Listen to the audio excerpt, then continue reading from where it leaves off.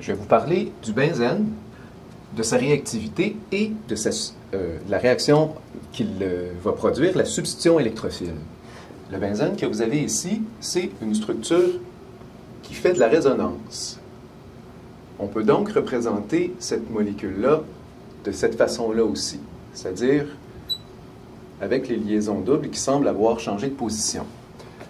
Mais en fait, on sait que l'hybride de résonance représente mieux la molécule et qu'on peut la représenter de cette façon-là ou, pour aller plus rapidement, de cette façon-là ici.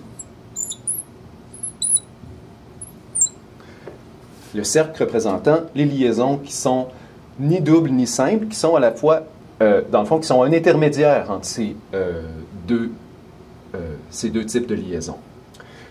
Et le benzène, pour cette raison-là, ne va pas subir des réactions d'addition comme les alcènes. Le benzène n'est pas un alcène. Ce qui fait que cette réaction-là, par exemple, ne se produira pas comme avec les autres alcènes. On n'aura pas la bromation du benzène comme on aurait la bromation d'un alcène.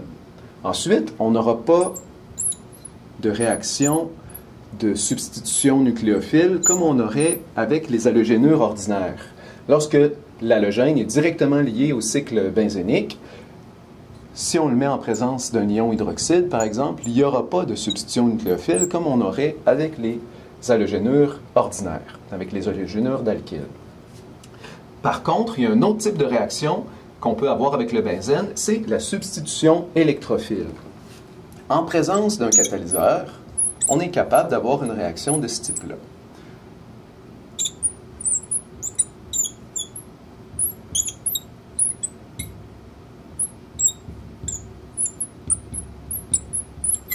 On aura une substitution et le groupement qui sera substitué, ce n'est pas un groupe partant comme on aurait dans le cas de la substitution nucléophile. Le groupe partant, dans ce cas-ci, ce sera simplement un atome d'hydrogène qui est présent sur le cycle benzénique, qui sera remplacé par un atome d'halogène.